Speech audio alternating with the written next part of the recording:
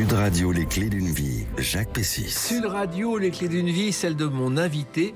Vous assurez la relève de Bayard avec un livre où vous avez choisi d'affronter la peur. Ceux qui assurent que vous n'avez pas toujours été sans reproche ne manqueront pas de saluer votre courage. Un coup de poing sur notre société, mais aussi une mise au point très personnelle. Bonjour Patrick Sébastien. Bonjour Jacques Pessis pour la septième fois. Oui. Chaque fois que vous faites quelque chose d'important, j'ai le bonheur de vous recevoir. C'est pas important, je me suis, mais j'aime écrire, tu sais, j'ai d'ailleurs même écrit déjà le prochain, qui sera un roman. Voilà, là, ça s'appelle Même pas peur, chez XO, comme d'habitude. Ouais, c'est vrai que je me suis aperçu qu'autour de nous, on était entouré de peur. Voilà. On vit aujourd'hui entouré de peur, de tout. Alors, j'ai développé toutes ces peurs, et j'ai essayé de trouver j'ai donné des conseils pour les éradiquer.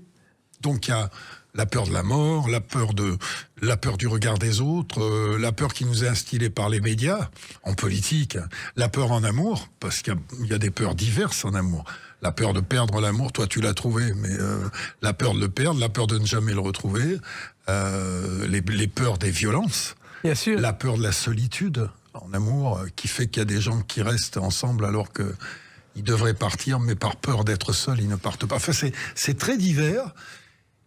Et je donne des conseils sur nos métiers, par exemple sur le trac. On va en parler tout à l'heure justement de tout ça, parce que moi j'ai trouvé une idée aujourd'hui, c'est de trouver des dates où vous auriez pu avoir peur. Ah ouais, bonne idée. Alors la première, par exemple, vous auriez dû avoir peur le 14 novembre 1974, vos 21 ans, vos débuts, avec quelqu'un dont vous allez reconnaître la voix. Ah, si les filles savaient ce qui les attend, elles réfléchiraient. Jacques Gauthier, l'homme qui vous a fait C'est Jacques Gauthier qui chante. Oui. Attendez. Ils font toujours pleurer. S'il est la main. Oui, exactement. Il a fait une carrière de chanteur. N'accorde rien du tout, même un baiser. C'est fou, hein. C'est marrant, ça fait une synchronicité de plus, parce que j'ai mis le pied sur la scène de La main au panier, le jour de mes 21 ans. Je dis que ça ressemble à La voix de Lama parce que Lama a mis le pied sur sa première scène de cabaret le jour de ses 21 ans. Extraordinaire. Et Jacques Gauthier, c'est un souvenir. Je suis prêt à redescendre à Brive quand j'arrive chez lui. Hein. Dans l'après-midi, je me rappellerai toute ma vie, il pleut. Ça fait 2 mois que je suis à Paris, j'ai plus de sous, j'ai plus rien. Je me dis, si ceux-là, ils me prennent pas, j'ai fait plein d'auditions, ils m'ont pas voulu. Et je suis arrivé dans l'après-midi, là, dans ce petit restaurant. Il y avait lui et sa femme Lucie. Oui. Et il m'auditionne sur une scène qui fait 1 mètre, tu vois. Alors, il me dit, regarde mes imitations. Il me dit, par contre, Fernandel, faut pas le faire. Tu comprendras pourquoi ce soir. Parce qu'il était imitateur aussi. Et il faisait tous les vieux, tu sais, il faisait Jean Tissier. C'était vachement bien. Jean Tissier, qu'on appelait le nonchalant qui passe. Ouais. Et j'ai donc... et ce soir-là, c'était le plus beau jour de ma vie à l'époque. Ce soir-là, pour 30 francs, 5 €, on se changeait dans la cuisine. J'ai fait mes premiers pas dans un... Mais pour moi, c'était énorme d'avoir mon premier contrat dans un cabaret, dans une soirée. Je suis vite allé rejoindre, après en métro, mon 6e étage sans ascenseur et mes 8 mètres carrés. Où j'étais plus heureux que maintenant. Oui, ça vous a vécu 2 ans dans ce... c'est paradoxal. C'est très marrant aussi, c'est une synchronicité supplémentaire. C'est que je sais que quand Bourvil est arrivé, il habitait aussi, tu dois le savoir ça, au 6e étage. Exactement. Ils avaient monté un poêle à charbon rue Logier. Oui. Et le hasard a fait que j'étais aussi rue Logier, au 6e étage. C'est fou, hein. C'est 74, tu te rends compte, ça fait 51 ans. Oui, mais vous les faites pas. Ça fait 51 ans, mais quand je t'ai dit que j'étais plus heureux, oui, parce que j'avais pas les responsabilités, puis j'avais l'espoir. Voilà. J'avais 20 ans. Et à l'époque, c'est à ce moment-là que vous prenez le nom de Patrick Sébastien. Ouais, c'est Jacques Gauthier, en fait. Parce que je suis arrivé, et il me dit, tu t'appelles comment? Et je m'appelais Sébastien, seulement. Et il y avait un chanteur qui s'appelait Sébastien à l'époque. Il me dit, c'est quoi ton prénom? Patrick. Il me dit, garde ton prénom, comme ça tu oublieras jamais d'où tu viens. Et la peur de monter sur scène pour la première fois à Paris? Moi, j'ai eu plein de peur. J'ai eu de monter sur scène, le fameux trac. Depuis, je raconte dans le livre, j'ai 2 trucs pour éliminer le trac. Mais à l'époque, ce premier soir, évidemment que... Mais je crois que celui où j'ai eu le plus le trac, c'est le premier Olympia que je présente avec Annie Cordy. Tu étais peut-être dans la salle ce soir-là. C'est en 75. Exactement. Il il y a Dave en première partie, il y a la sœur d'Adamo, il y a Annie Cordy, mais le père Cocatrix me dit on m'embauche pour présenter. Je dis mais on m'annonce, il me dit non, le rideau s'ouvre, tu rentres et tu parles. Et juste avant de la première, parce qu'il y avait des vraies premières à l'époque, j'ai écarté le rideau, j'ai vu tout le monde, j'ai vu Aznavour, Brassens, je voulais partir. Je dis mais qu'est-ce que je fais là? J'ai vu toutes les stars, moi j'étais encore dans mes cabarets, j'arrivais de Brive un an avant, quoi. Et ces soirs-là, cette première de cabaret, il y a Bourvil, je crois que vous imitez déjà, et De Gaulle aussi, vous l'avez imité à l'époque aussi. Quand j'avais 12 ans, mes premières imitations, c'était Adamo. Oui. Parce qu'il parlait comme ça, avec ce vélo un peu cassé. Et le général, qui est resté une voix que je possède assez bien. J'avais envisagé, d'ailleurs, à une époque, de revenir dans ce putain de pays pour nettoyer. Mais en plus, le premier imitateur de Gaulle, c'était Henri Tizot. À l'époque, on n'osait pas dire qu'il imitait De Gaulle, on parlait de Qui vous savez. Ouais, je sais. J'avais acheté les disques, moi, à l'époque. Et ça s'appelait L'autocirculation. Il a fait Pompidou aussi, après. Il a fait Pompidou, très bien, mais surtout le second disque a moins bien marché que le premier. Et De Gaulle a dit, Tizot marche moins bien, c'est pas bon. De Gaulle, oui, Tizot marche moins bien, c'est pas bon pour mes sondages. Bon oui, bien sûr. Car il avait beaucoup d'humour. Mais c'est vrai que à l'époque, moi, je regarde, mais je pensais vraiment pas faire ce métier-là. Hein. Je faisais ça pour m'amuser, quoi. Oui, mais je pense aussi que sans la force de votre mère qui vous a dit « va à Paris », vous n'auriez pas fait Patrick Sébastien. C'est pas « va à Paris », ça m'a pas empêché d'y aller. Oui. C'est moi qui ai dit à un moment, je bagnaudais entre mes études. J'étais marié depuis 3 ans, j'étais même divorcé, déjà, à 19 ans. Tu vois. Et puis, il fallait que je gagne ma vie. J'ai toujours, de toute façon, à partir de l'âge de 16 ans, j'ai toujours gagné ma vie et gagné celle des autres en plus. J'avais personne au-dessus de moi. Et la peur, la première peur, je crois, de votre jeunesse, c'est le fait que vous n'ayez pas de père et qu'on vous appelle le bâtard. Ça vous a marqué? Il y avait de la peur parce que c'est plus de la tristesse parce que dans les villages de l'époque, c'est pas du tout pareil. Et les mômes, ils voulaient pas jouer avec moi, quoi. Oui. Ça m'a. De toute façon, c'est la motivation de tout. C'est la motivation. Je le dis sur scène, là, dans mon spectacle Hommage et dessert, je finis en disant ça aux gens. Je dis, mon père m'a pas reconnu, donc comme tous les gens qui n'ont pas été reconnus, il y en a plein des artistes comme ça, on va chercher la reconnaissance ailleurs, qui que ce soit d'ailleurs. Et je leur dis, vous avez remplacé le père que j'ai pas eu, parce que les gens m'ont donné la reconnaissance. Il y a très peu d'endroits aujourd'hui en France où je vais taper à la porte où on va pas me reconnaître. Il y en a très peu. C'est vrai, hein. Mais j'étais à Foura cet été au casino, il y avait votre sosie intégrale. Ah oui? Ah, mais tout le monde pensait que c'était Patrick Sébastien. J'ai regardé, j'ai vérifié, vous étiez en scène ce jour-là, donc c'était pas vous. Mais il avait une seule différence avec vous. Il fallait ouvrir son pantalon. Oui, non, j'aurais pas osé. Surtout qu'il y avait des enfants. Mais celle qui n'a jamais eu peur, c'est votre mère, parce qu'elle a travaillé dans l'usine pour pouvoir vous nourrir. Et ça, elle n'avait pas peur de faire des efforts. Non, mais on nous a appris à pas avoir peur de la vie, déjà. C'est-à-dire que c'est une différence avec les générations d'aujourd'hui. Quand on avait 17 ans, 16 ans, 17 ans à mon époque, on n'avait qu'une envie, c'est de se barrer de chez les parents pour pouvoir vivre une vie d'adulte, tu vois. Aujourd'hui, les mômes, ils ont peur de partir parce qu'il y a une sécurité à la maison, ils ont peur de rentrer dans la jungle. Nous, on n'avait pas peur. Et puis, il y a aussi une chose que vous a appris de votre mère, et vous le dites dans ce livre, Patrick Sébastien, même pas peur, c'est ne pas avoir de crédit, ne pas vivre à crédit. Ah oui, ça c'est une phrase qu'elle m'avait dit sur l'argent qui est magnifique. Ah, l'aphorisme sur l'argent, à quoi ça sert d'acheter une voiture? À quoi ça sert de t'acheter un matelas neuf à crédit si le prix du crédit t'empêche de dormir? C'est tellement évident. Et elle vous a appris à ne rien devoir à quiconque. Oui, mais ça, je l'ai toujours, ça. Je préfère finir dans la rue que devoir quelque chose à quelqu'un. D'ailleurs, on m'a jamais, même encore aujourd'hui, hein, je suis toujours pareil, je veux pas qu'on m'aide. Quand je suis monté à Paris, j'avais 600 balles, et je me suis dit, avec ces 600 balles, je vais essayer de tenir. Et ma mère, elle me disait, va voir un tel, il va te prêter. Non, j'en ai toujours fait une question d'honneur, de rien devoir à personne. Oui, et puis votre mère a toujours été juste avec vous. Un jour, vous avez échappé à une gifle. Parce que on vous avait accusé... Ah oui, ça c'est un détail. Ils le liront dans le bouquin. Voilà. C'est à cause des les commérages de l'époque. Là, j'en parle pour le regard des autres, oui. Dans le chapitre sur le regard des autres, parce que c'est vrai qu'elle m'a appris à ne pas me soucier vraiment du regard des autres, à sourire plutôt que de me mettre en colère. Mais surtout qu'il y avait des espionnes dans le village. Ah j'en parle parce que le regard des autres aujourd'hui, c'est les réseaux sociaux. Oui. Et je fais le parallèle entre les réseaux sociaux d'aujourd'hui et nos réseaux sociaux de l'époque, qui étaient les vieilles, qui étaient cachées derrière les carreaux. L'avantage que ça avait, c'est que ça dépassait pas le canton, la commune. Aujourd'hui, sur un acte, une parole, c'est le monde entier qui peut te condamner, te juger.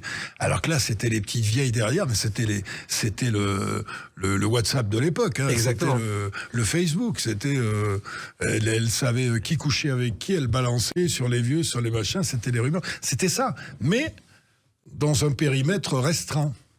Et puis, quelqu'un qui vous a fait peur aussi, c'est arrangé, c'est lorsque vous avez passé votre bac, l'examinatrice, vous avez eu très peur au début. Ah non, ouais, alors ça, c'est un truc, j'ai raconté cette histoire parce que c'est ce qui m'a guéri des a priori.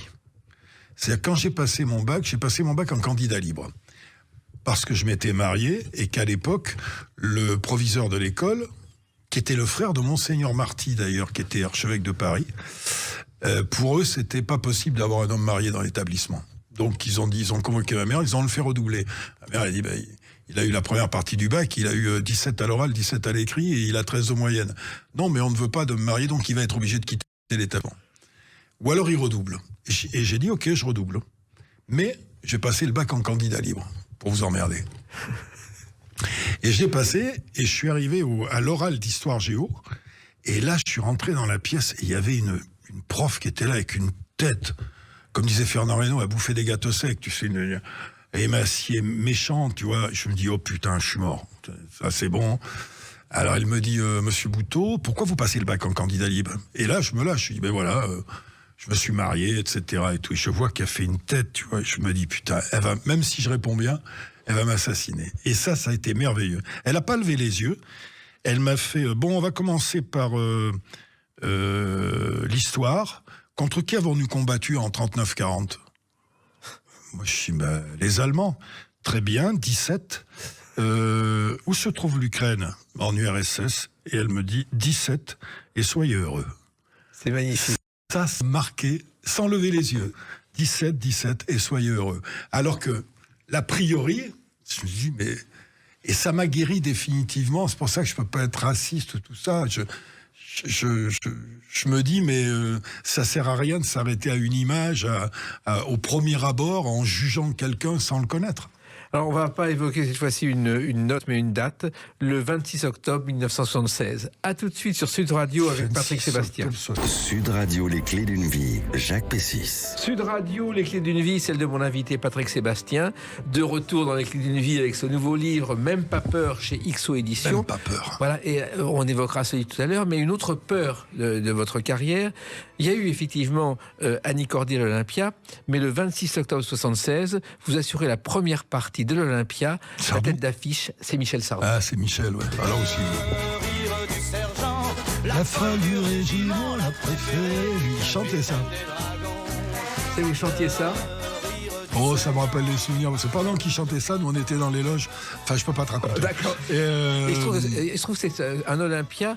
Il avait été viré par Barclay. Jacques Revaux l'avait récupéré et avait écrit Le Rire du Sergent. Et c'est comme ça que la carrière. Bien après, hein, c'est bien après Le Rire du Sergent. Ah oui. Surtout que c'était la suite. Cet Olympia, c'était la suite de cette fameuse tournée où il y avait des bombes. Exactement. Il venait d'écrire. Moi, j'ai participé à cette tournée. Ça, alors, imagine, moi, 2 ans avant, je suis chez moi. Sardou, c'est une idole. Déjà, je pars en l'été avec lui. Il me prend en présentateur avec Hervé Villard en américaine. Je me rappelle, on fait une tournée formidable. Et à la fin de la tournée, il me dit, Patrick, je voudrais que tu présentes mon spectacle à l'Olympia. Il y avait Pierre Péchin. Je dis, mais il y a déjà un humoriste. Non, quelle porte ta place sur l'affiche Et ça a été formidable. Et après, on est parti, ou je sais plus c'est avant ou après, on a fait cette fameuse tournée qui a fait couler. On se rend pas compte aujourd'hui. Et encore, il n'y avait pas les réseaux sociaux. Il avait fait sa chanson « Je suis pour », qu'on a pris pour une ode à la peine de mort, alors que c'était un truc sur la loi du talion. Et il y a eu, et en France, c'est devenu un événement national, c'est-à-dire qu'il y avait des manifestations partout où on passait. On allait au spectacle entouré de CRS. Il y avait des alertes à la bombe tous les soirs pour empêcher le spectacle de se tenir. Ça m'a été beaucoup plus grave parce qu'au Forêt Nationale à Bruxelles, il y avait une bombe qui était sous la scène. Et au dernier moment, le mec s'est dégonflé. Donc c'était plus que chaud. Et on est arrivé à Besançon, je me souviens. Moi j'assurais la première partie, je te dis pas le baptême. Et là, les mecs ils avaient des pioches, ils avaient caillassé le quart des musiciens. J'ai eu un impact qui arrivait juste derrière ma tête. Je croyais que c'était une balle. En fait, c'était des trucs de lance-pierre. Et là, Michel, il est sorti de la loge. Il a fait « Stop, on s'arrête. On n'y va plus. On n'y va plus. » Mais moi, j'ai des souvenirs formidables de Michel. À cette époque-là, j'ai vécu des choses. Et avec moi, il a été, à 2 occasions, il a été extraordinaire. Quand j'étais dans cette tournée, je me suis planté en bagnole, mais grave. J'ai pris un carton, j'étais arrêté à un feu, il y a un mec qui m'a cartonné derrière. J'ai cru que j'allais rester paralysé, d'ailleurs, je passais une nuit terrible. Et je voulais racheter une voiture. Mercedes pourrie, tu vois. Et j'avais pas l'argent, je prenais. Donc je suis allé voir Michel, j'ai dit voilà, si tu peux me prêter de l'argent pour acheter ma voiture d'occasion, comme ça tous les soirs, je chante pour rien, vous me prenez mes cachets, etc. Et il me fait le chèque tout de suite, il me dit pas de problème. Ah, je dis, merci. Et une semaine plus tard, il m'avait pris l'argent sur 4 galas, tu vois, parce qu'on en faisait beaucoup. Et il me fait venir dans sa loge, il me dit bon, l'argent qu'on t'a pas donné, on va te le donner. Et pour le reste, tu ne dois rien, mais à une condition, tu en parles à personne.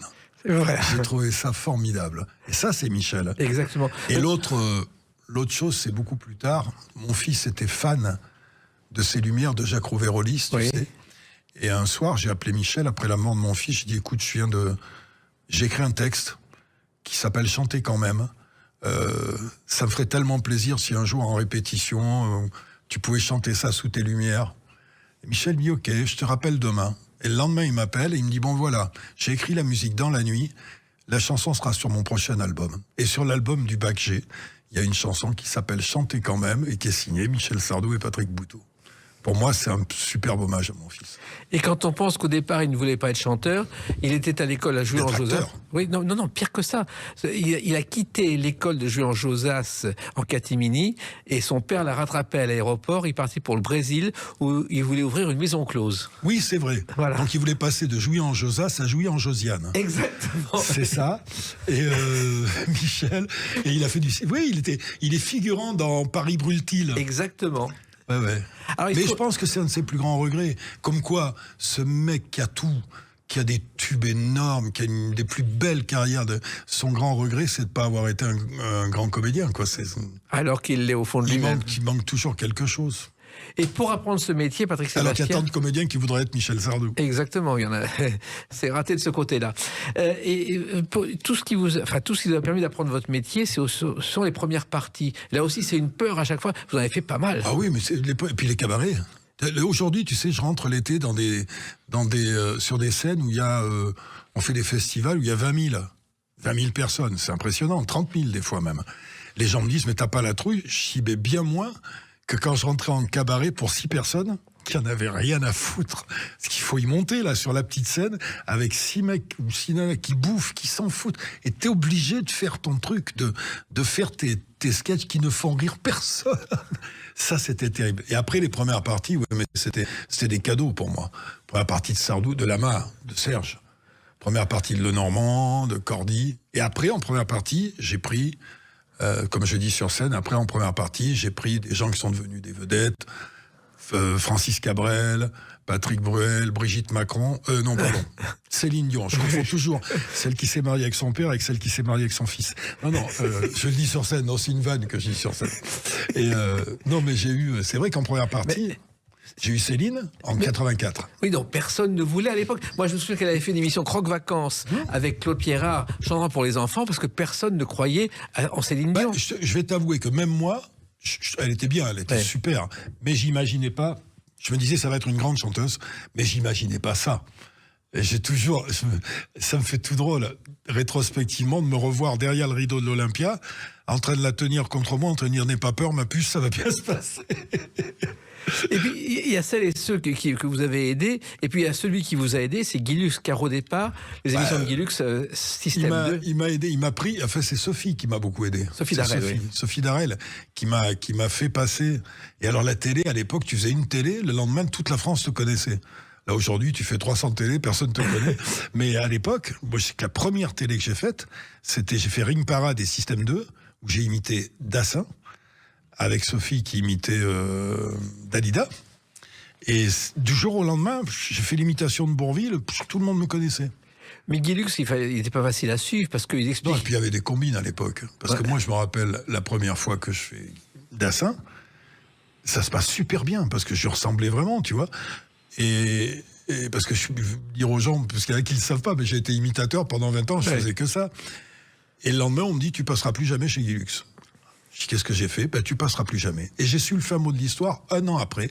C'est que le soir où j'ai fait Dassin, il y avait Lederman qui était derrière. Et Lederman, il était producteur de Coluche et de Leluron. Et il allait voir Guy en lui disant, celui-là, dégage-le, parce qu'il est dangereux pour Thierry. Je l'ai su 1 an après. Et après, il m'a repris. Mais pendant 1 an, j'ai pas pu passer à cause de ça. Oui, puis vous avez quand même appris les réflexes de télévision grâce à ces émissions. C'est-à-dire que j'ai regardé travailler Guy. Guy, c'était... Il y avait un bordel. À 1 heure de l'émission, tu disais, mais c'est pas possible, ça va pas marcher. C'était le bordel. Et ça marchait. Et moi, je m'asseyais et je regardais bosser ce mec. Parce que Guy, il avait ce truc de dire, il préparait l'émission, il y avait un câble qui traînait, il le voyait. Il y avait... Et c'est ce qui fait qu'on m'a trouvé chiant des fois dans mes émissions. Parce que j'ai appris ça de Guy. À tout vérifier, très perfectionniste. Le moindre petit détail... est très important. Et c'est en regardant Guy, en regardant travailler Guy, que moi, j'ai pas appris à faire de la télé. Je l'ai appris comme ça, en regardant, à dire, voilà, cette caméra, il faut la mettre là, le son, il faut faire ça, et puis le souci du détail, j'ai dû te la raconter, l'histoire, qui me vient de quand j'étais, entre mes cours de fac, j'ai été peintre en bâtiment pour gagner ma vie. Et là, un jour, on m'a filé une leçon. Je vais te la dire, ça va peut-être servir à des gens. J'ai eu une belle leçon. J'étais donc peintre en bâtiment. Je bossais avec des mecs, on faisait 8h midi, 2h, 6h, la gamelle, les Portugais, tout ça, on était vachement bien. Hein. Et je peignais, les brévistes connaissent, une école qui s'appelle Bossuet. Et un jour, j'ai eu le droit de peindre un radiateur. Parce que le reste, c'était gratter des plaques toute la journée. Je peux dire que c'est chiant. Mais le radiateur, c'était tranquille. Et donc, on me fait peindre un radiateur. Et à la fin de la journée, j'ai peint mon radiateur. Il y a l'ouvrier portugais, je ne sais plus comment il s'appelait, qui passe et qui me fait « T'as fini ?» Je dis « Bah oui, j'ai fini. » Et là, il se penche, il se couche par terre, il va regarder dessous. Et il me dit « Non, il y a le coude du radiateur derrière, là, tu l'as pas fini. » Je dis « Arrête, le patron, personne va le voir. » Et là, il m'a dit « Tu vas pas le finir pour le patron, tu vas le finir pour toi. Parce que si tu finis pas ton boulot, tu finiras jamais ta vie. Tu peux pas savoir comme ça m'a servi. Tu peux pas savoir. C'est-à-dire aller finir le petit détail, pas pour le patron de ça, pour toi, pour te dire, je suis allé au bout. Et quand je faisais mes émissions de télé, il y avait des fois un petit détail de rien du tout que personne n'aurait vu. C'est comme quand tu enregistres une chanson. C'est le petit détail. Il y en a qui faut... Le pire, c'est ça va passer. Tu sais ? Ça va passer, ça fait partie des grands mensonges du métier. Je t'en raconterai bien 3, mais il y en a un qui est vulgaire, donc je sais pas si j'ai le droit. Tu connais les 3 mensonges du métier? Non. Tu connais pas les 3 mensonges du métier? Non. Les 3 mensonges du métier d'artiste. Ton chèque est parti ce matin. Oui. Je te promets qu'on va arranger ça au montage. Oui. Et je te promets que je te jouis pas dans la bouche. C'est magnifique. C'est les 3 mensonges du métier. Bon, nous, on va pas se mentir, on va passer à une autre date, le 29 janvier 2014. À tout de suite sur Sud Radio avec Patrick Sébastien. Sud Radio, les clés d'une vie, Jacques Pessis. Sud Radio, les clés d'une vie, mon invité Patrick Sébastien. Même pas peur, ce nouveau livre chez XO Éditions. On va l'évoquer plus longuement tout à l'heure, mais dans les peurs qui auraient pu exister chez vous, c'est la peur de ne plus bouger, car le 29 janvier 2014, votre double en cire est installé au musée Grévin et vous l'inaugurez. Oui. Il n'est pas terrible d'ailleurs. Alors... Puis il faudrait qu'il le modernise, ça fait... 15 ans que j'ai la barbichette, là, ils pourraient la rajouter, c'est que dalle, c'est des poils. Ils peuvent les prendre à n'importe qui. Exactement, il y a tout ce qu'il faut. Faire une petite moustache. Non, mais j'ai plein de gens qui se font prendre en photo à côté. Mais ça m'a vraiment fait plaisir. Parce que quand je suis arrivé à Paris, la chose que je voulais visiter, c'était le Grévin. Pour moi, c'était... et de m'y retrouver un jour, ça m'a vraiment touché. Et c'était Arthur Meyer, le directeur du Gaulois, un journal quotidien qui est devenu le Figaro, qui a eu l'idée de faire le Grévin parce que dans son journal, il n'y avait pas de photos. Et pour qu'on reconnaisse les personnages, eh bien, il avait créé le Grévin avec Alfred Grévin, un sculpteur, ce qui fait qu'on voyait ces personnages au Grévin et il en parlait dans le journal. Tussaud, c'était avant ou après? Tussaud, c'était avant, en Angleterre. En Angleterre, oui. Voilà, c'est autre chose. Alors, il se trouve que le musée Grévin, c'est quelque chose où on ne bouge pas. Et vous avez toujours bougé, jour et nuit, et surtout la nuit. Il y a des fois où je bouge pas. Hein. Non? Oh non, il y a des fois où je bouge pas. Mais à une époque, vous sortiez la nuit, vous viviez la nuit. Ouais, mais même encore, je bouge beaucoup en voiture. Oui. Je peux pas écrire. Il faut que j'écrive en mouvement, tu dois le savoir. Je veux pas me comparer. Hein. Mais Brel écrivait en marchant. Oui. Il faisait des pas dans sa chambre pour écrire. Moi, j'ai besoin de la voiture. C'est-à-dire que j'ai besoin de je roule le soir 80 bornes, hein, souvent chez moi. J'ai mon téléphone à côté avec mon petit magnéto. Donc, je m'arrête pour enregistrer ce que j'ai trouvé. Mais la plupart de mes bouquins, ça, là, il y a tout un tas de trucs que j'ai trouvés en roulant le soir, tranquille. J'ai besoin de ça pour écrire les chansons, pour du mouvement. Et Brel écrivait debout derrière un chevalet pour souffrir comme les textes de ses chansons. Bah oui.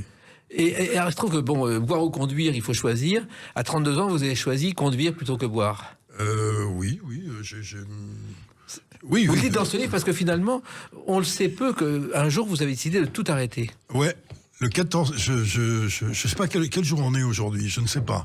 Peu importe. On n'est pas loin. Oui. Le 14 novembre, donc 2025, je fêtais mes 40 ans sans une cuite.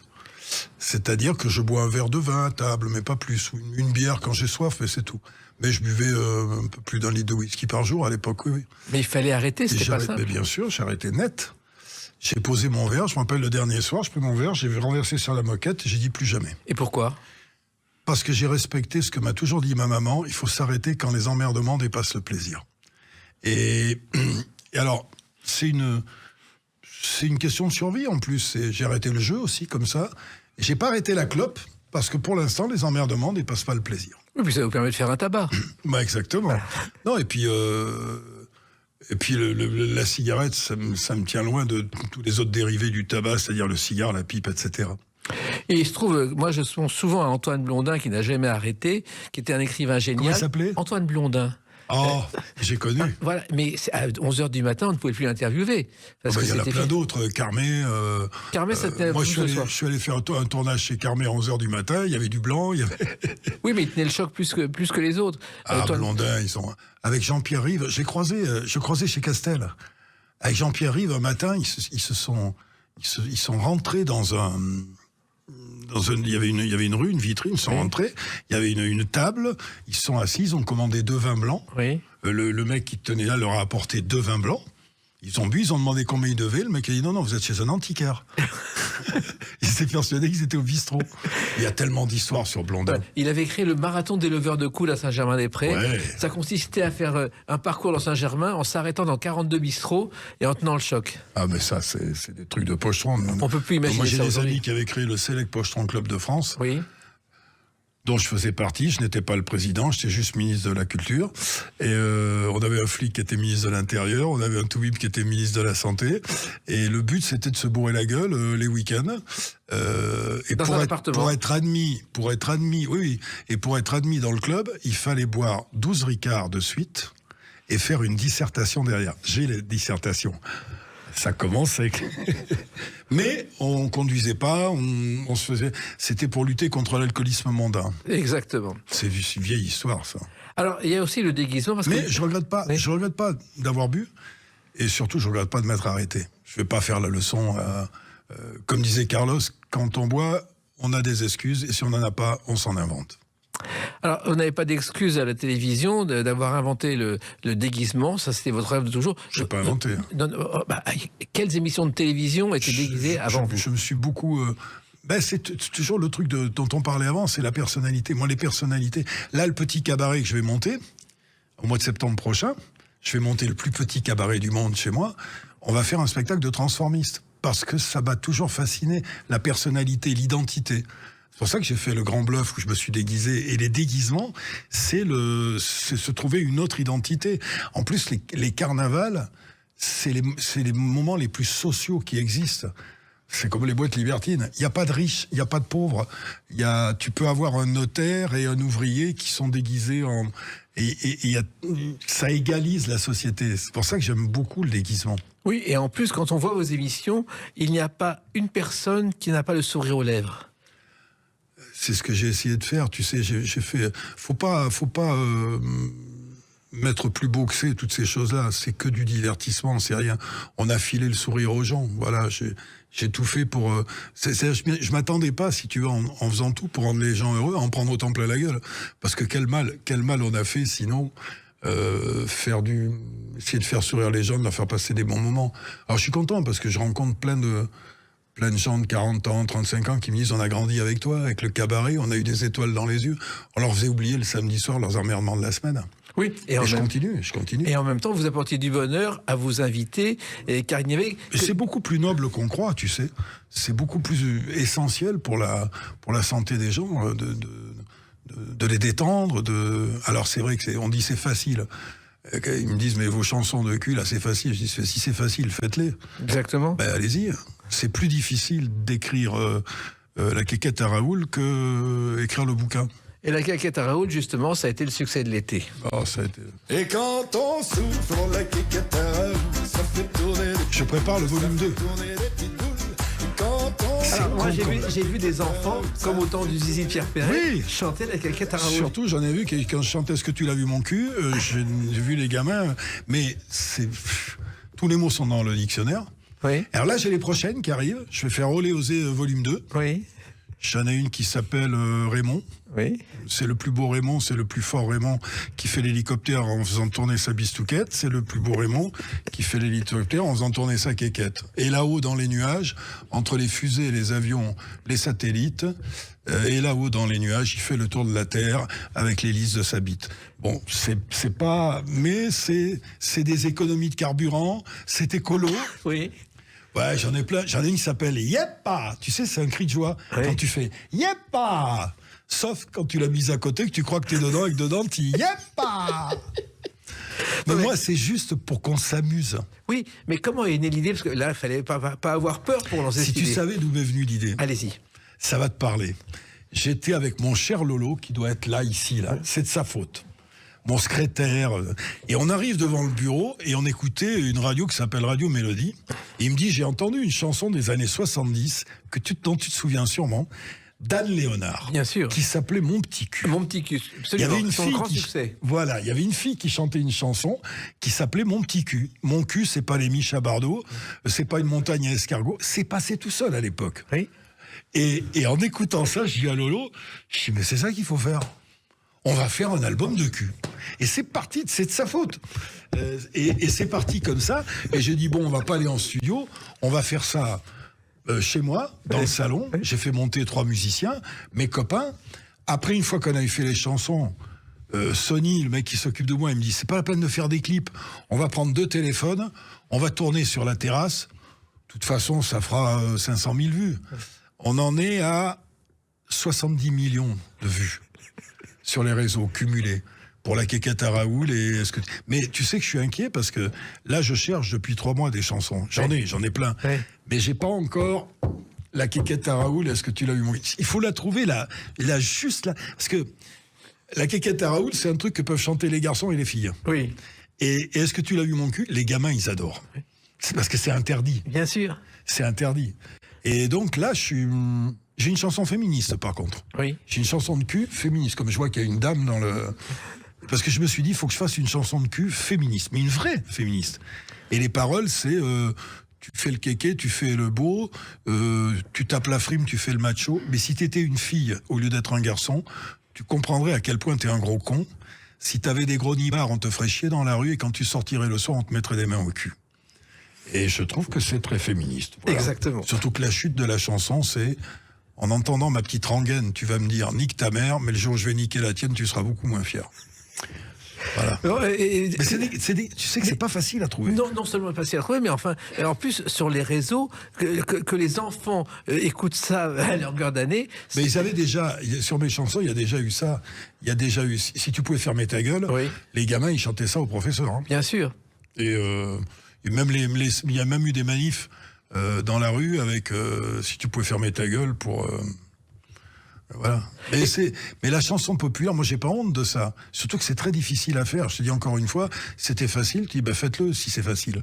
Et puis dans votre livre, vous évoquez un personnage que j'ai connu et qui s'appelait René Cousinier, René. qui avait un cabaret à Pigalle, qui s'appelait René la Branlette. Moi je me souviens, on arrivait le soir, on se faisait insulter, il commençait à raconter des histoires. Avec la table hantée. Voilà, irracontable. Et sa femme était à la caisse et était désespérée, elle, parce qu'elle écoutait ça tous les soirs. Il était quand même exceptionnel ce mec, il faisait 5 heures tous les soirs.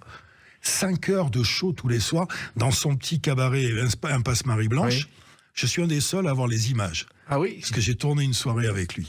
Et René Cousinier, il sortait des albums, tous les représentants écoutaient ça, parce que c'était à la fois très cul, c'est le précurseur de Coluche. Hein. Oui, oui.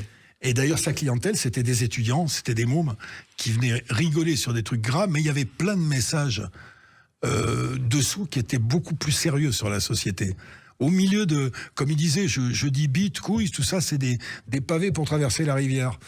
Et je le cite là-dedans parce que je parle de l'avortement. Et sur scène, il osait parler aux filles de l'avortement en disant, voilà, tu veux te faire avorter, tu as les raisons, je le comprends, toutes tes raisons. Mais juste une chose, le jour où tu vas te faire avorter, regarde-toi dans la glace et dis-toi, le petit bout qu'on va m'enlever là, est-ce que je vais avoir le courage de le donner à manger au chat ? Si tu te dis je peux le donner à manger au chat, c'est que tu considères que c'est rien. Mais si tu te dis je peux quand même pas donner ça à manger au chat, ça veut dire que dans ta tête, il y a peut-être une vie derrière et pose-toi des questions. Et il balançait ça entre 2 grosses conneries, 2 gros mots, Et ce mec était multilingue, je crois qu'il parlait 5 langues, il était hyper cultivé, il connaissait le Coran, la Bible par cœur.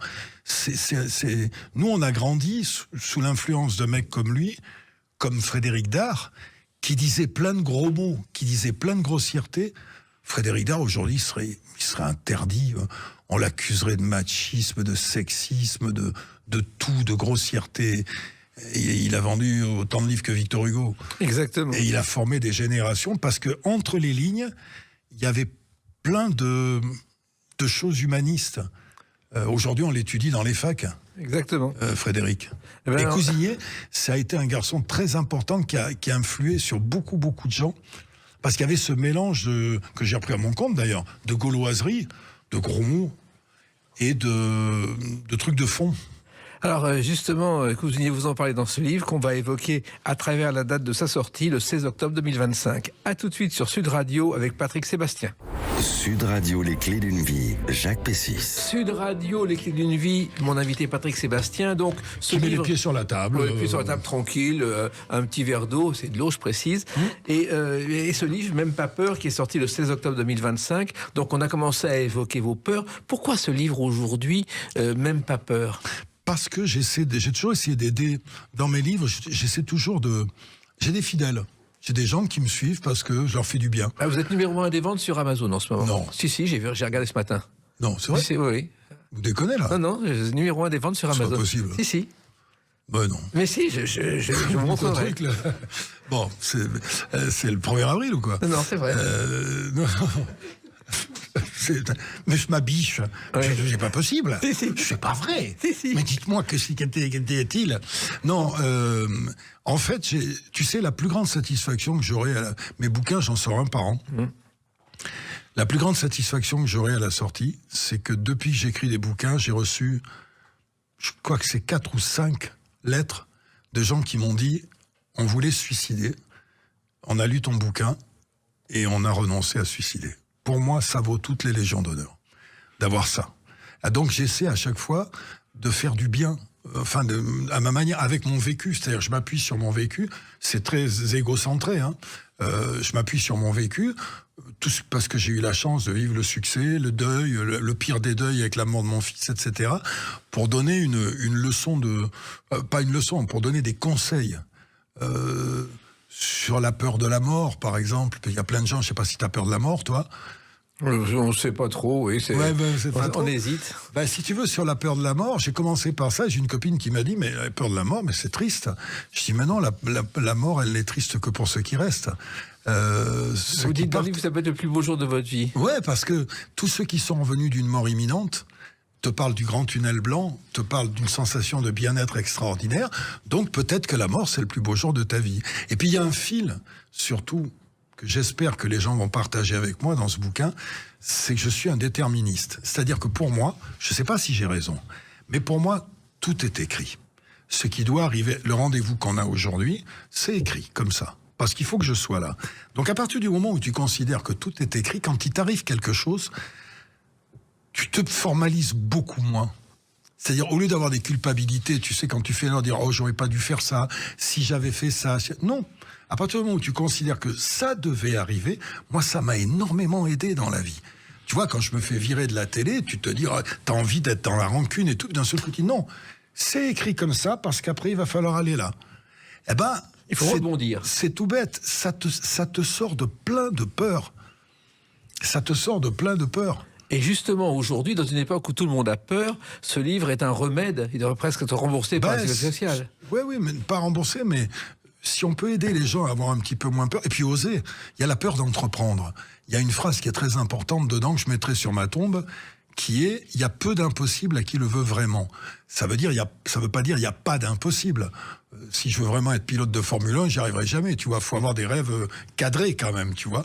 Mais quand on veut vraiment les choses, quand on n'a pas peur, parce que quand on tente des choses, ah ben j'ai peur de l'échec, j'ai peur de... C'est la phrase de Lao Tzu qui disait « celui qui ne tente rien ne se trompe qu'une fois ». Donc je veux essayer d'éradiquer chez les gens la peur d'entreprendre, par exemple, la peur d'oser, la peur de vivre seul, la peur de vivre en groupe. Toutes ces peurs-là, je les ai analysées en donnant des conseils pour le vivre mieux. Et vous parliez des tombes, mais je crois que régulièrement, vous allez dans les cimetières voir les tombes. Dans le temps, je faisais ça. C'était quand on était gamin. C'est ce qui nous a enlevé la peur de la mort. On avait un jeu. On rentrait à 1 minute alors on choisissait une nuit noire et il y avait les cimetières autour de Brive là-bas et on allait au cimetière. Il y en a un qui rentrait avec un bouquet de roses qui allait le poser sur une tombe et les autres devaient retrouver le bouquet, mais en rentrant à 1 minute d'intervalle. C'est-à-dire que tu rentres à 1 minute d'intervalle, tu entends des craquements à côté. En plus, il fallait se faire peur. Et un cimetière la nuit, c'est pas un endroit comme les autres. Il y a des ondes, il y a quelque chose. Et on se demandait si les bruits, c'était nous ou des fantômes. Et ben, ça nous a enlevé la peur de la mort, ça. Et moi, aujourd'hui, je l'ai dit dans le bouquin, quand je vois un mort, j'en ai vu pas mal, je suis pas plus ému que ça par la rigidité cadavérique, par l'immobilité. Non, c'est l'ordre des choses. D'ailleurs, je fais un dialogue avec ma propre mort qui me fait pas peur, que je nargue régulièrement tous les ans, tous les jours, si j'ai l'occasion. D'ailleurs, je ne l'ai pas fait aujourd'hui, je vais le faire, se doit. Oui. Sinon, j'allume une bougie. Parce que c'est peut-être l'anniversaire du jour de ma mort. On y passe forcément dans l'année. Bien sûr. Et donc, le fait de faire ça d'allumer une bougie, c'est dire, je t'emmerde, tu peux y aller, je t'attends. Mais à propos de tombes, moi je me souviens de Serge Gainsbourg qui habitait à côté de Deauville une maison qui donnait sur un cimetière. Et petite, ses enfants, donc Charlotte et Kate, trouvaient que les fleurs du cimetière n'étaient pas... Il y avait des gens qui n'avaient pas assez de fleurs sur les tombes et ils ont inversé toutes les fleurs des tombes. Ah, c'est bien ça. Et ça a fait un scandale dans le village, mais en même temps c'était fabuleux comme idée. Ouais, mais après on est nulle part. Bon, c'est un dépotoir, on va nous mettre là, mais... Bon, la mienne, elle est déjà prête. Hein. Alors, j'hésitais pour l'épitaphe. Je crois que finalement, je vais mettre celle-là. Il y a peu d'impossible. Parce qu'au départ, je voulais mettre la phrase que Brel a prononcée à 10 minutes avant de mourir. Il a dit « Si vous m'aimez, fermez vos gueules oui. ». Je trouve tellement magnifique. Je sais pas, mais c'est pas grave, ça, c'est pas important. Donc, dans le bouquin, il y a toutes ces peurs-là. Il y a les peurs qui sont créées par la politique. Alors là, je t'en parle même pas. Par les médias. La pub, qui ne te vendent des choses que pour vendre. On te fait peur sur vous allez vieillir, vous allez grossir, vous allez maigrir, vous allez tomber dans l'escalier, vous allez vous faire cambrioler, et la peur fait vendre. Et la peur des réseaux sociaux aussi. Ça, oui, j'en parle aussi. Ben, la peur aujourd'hui d'avoir une phrase, une attitude qui fait que tout de suite on peut te bouffer ta vie. C'est devenu quelque chose de très très compliqué. Hein. Alors faut faire avec. Oui, vous avez vécu discrètement et vous évoquez dans ce livre des nuits où vous auriez pu avoir peur, mais dont vous ne parlez jamais, qui sont votre jardin secret de vos jeunes années. Oui, parce que je suis pas un casse-cou physiquement, mais non, j'aime bien aller dans des endroits, dangereux. Voilà, c'est mon adrénaline. C'est ce que j'appelle la peur rose. C'est-à-dire, c'est celle qui anime d'ailleurs les cascadeurs. Et tous ces gens-là, c'est la peur qui fait bander, quoi. En gros, c'est cette espèce de peur qui est jouissive. Mais j'ai eu des trucs dans ma vie, je suis passé pas loin plusieurs fois. Hein. Je raconte pas mal de trucs, là, à Kingston, en Jamaïque, en train de courir, se faire courser. Et au Canada, quand on a fait croire à une prostituée que les billets de Monopoly c'était la nouvelle monnaie européenne, il fallait courir vite. Hein. Et puis, donc il faut la défier, la peur aussi de temps. Mais faut pas être. Je suis pas inconscient. Je vais pas faire le saut en parachute, le saut en élastique, le saut en parachute. Non. Mais humainement, aller dans des endroits, les mecs ils me disent mais qu'est-ce que tu vas foutre là? Parce que c'est intéressant, c'est riche. Et votre seule peur que vous évoquez dans ce livre, finalement, c'est la peur de l'avion. Alors non, ça c'est autre chose. Toutes les peurs dont je parle, je donne des conseils parce qu'elles sont raisonnables. Et la phobie, c'est irraisonné. La phobie, c'est une peur irrationnelle. La phobie, il y en a 3000. Il y a l'avion, il y a les poissons, il y a les couteaux, les armes, la peur du noir, etc. La peur de la foule. Moi, je suis claustrophobe. C'est que même avec les filles, je n'arrive pas à rester dedans. Faut que je ressorte, que je rentre, Non, je déconne. J'essaie de faire du Patrick Sébastien parce que je veux rester fidèle à mon image. Il manquerait plus qu'un jour on finisse par me prendre au sérieux. Tant qu'on dit que je suis un gros beauf, ça me va. Oui, parce que ça fait des années qu'ils me traitent de beauf et de blaireau, mais je suis toujours là. Donc je me suis pas trop gouré. Continuez. Sur les réseaux sociaux, là, ils sont en train de... Ils font marrer sur les réseaux sociaux. Il arrête pas de dire moi je. Qu'est-ce qu'il y a de plus égoïste, de plus égocentrique que de donner son avis dont tout le monde se fout. Exactement. Sur les réseaux sociaux. Il y en a un paquet. Mais alors, justement... Surtout quand tu dis moi je, c'est qu'on me pose des questions sur moi. Là, tu me parles de moi. Oui, parle-moi d'autre chose. Alors, je vais parler justement de Bourvil, Michel Morgan, qui sont cités dans votre livre, à propos d'un film qui s'appelle Fortuna. Non, à propos du Miroir à deux faces. Miroir à deux faces, oui. Qui est très d'actualité, parce que ce film, je l'ai revu récemment, c'est très d'actualité parce que c'est Michel Morgan qui a un pif énorme, qui est pas belle, et on n'arrive pas à la marier, et elle tombe sur Bourvil, qui est professeur, instituteur, qui tombe amoureux d'elle. Et après, il y a un accident, un machin, et il tombe sur un chirurgien, qui est joué par Gérard Houry, qui deviendra plus tard, et qui décide de la rendre belle. Et le problème, c'est que Bourvil, il veut pas qu'on la lui change. Il veut pas qu'on la lui rende belle. Il est magnifique, ce film. Parce qu'il y a tout un tas de questions sur s'accepter comme on est. Lui, il veut pas qu'on la lui change. Il dit, moi, je l'aime comme ça. Et elle ne s'aime pas avec ça. Et elle va partir avec le chirurgien. Et la question que je pose, c'est... l'histoire d'amour entre Gérard Houry et Morgan a débuté au tournage de ce film, où ils étaient acteurs tous les deux. Si elle avait eu la tête avec le nez comme ça, je suis pas sûr qu'il se serait mis avec elle. Voilà. Donc ça a de l'important. Ça, c'est la peur, j'en ai parlé dans La peur du regard des autres, où je cite l'exemple de Jean-Luc Reichmann, qui pendant des années a caché sa tache de vin, et maintenant il la montre, c'est-à-dire qu'il fait passer son regard sur lui avant le regard des autres, et c'est vachement bénéfique. Donc c'est un conseil que je donne aux gens qui se torturent pour trouver des manières de dissimuler, qui font des régimes à la con, où ils vont en perdre la santé, etc. Ce qui est important, c'est le regard sur vous-même. Et puis vous évoquez quelqu'un qu'on a totalement oublié aujourd'hui par rapport à la société d'aujourd'hui, c'est Fernand Reynaud, le sketch du douanier, en disant on veut pas des étrangers, on est français, c'est l'actualité. Ouais, surtout qu'il y a une très belle phrase dedans. Fernand Reynaud, c'était nunuche, humour. Il disait des choses bien plus importantes que tous les stand-up que je vois aujourd'hui. Il y avait ce sketch-là où il y avait une phrase très belle dedans où il disait « Il n'y a pas une seule race au monde où il y a une mère qui aime plus son enfant que dans une autre race. » Et je lis cette phrase. Hein. Et c'est dans un sketch. Oui. Et il y avait ce sketch-là, il y avait le brassard, qui est la connerie d'un employé de mairie qui a un brassard de la mairie qui t'interdit tout. Et les citrouilles, qui est aussi d'actualité, c'est un pauvre paysan qui fait grossir ses citrouilles, il s'aperçoit qu'on les lui vole, donc une nuit il se planque et il tabasse le voleur. Et c'est lui qui va en prison et qui est obligé de vendre les citrouilles pour payer. C'est plus que... Bardella, où es-tu? Voilà. Et il y a une phrase dans ce livre aussi, Patrick Sébastien, vous dites « Il est urgent que la peur change de camp ». Bah oui, là j'ai lancé un élan, c'est pas un mouvement, hein, c'est pas un parti, où je reçois les doléances des gens, enfin les propositions des gens pour changer la vie. Ça s'appelle « Ça suffit » parce que ça suffit, parce que la société telle qu'elle est aujourd'hui, c'est pas une question de racisme, c'est pas une question de... C'est ça suffit. stop, il y a des choses qui sont plus acceptables. C'est pas possible qu'on continue à accepter qu'on puisse tabasser des pompiers, des toubibs qui viennent te sauver la vie.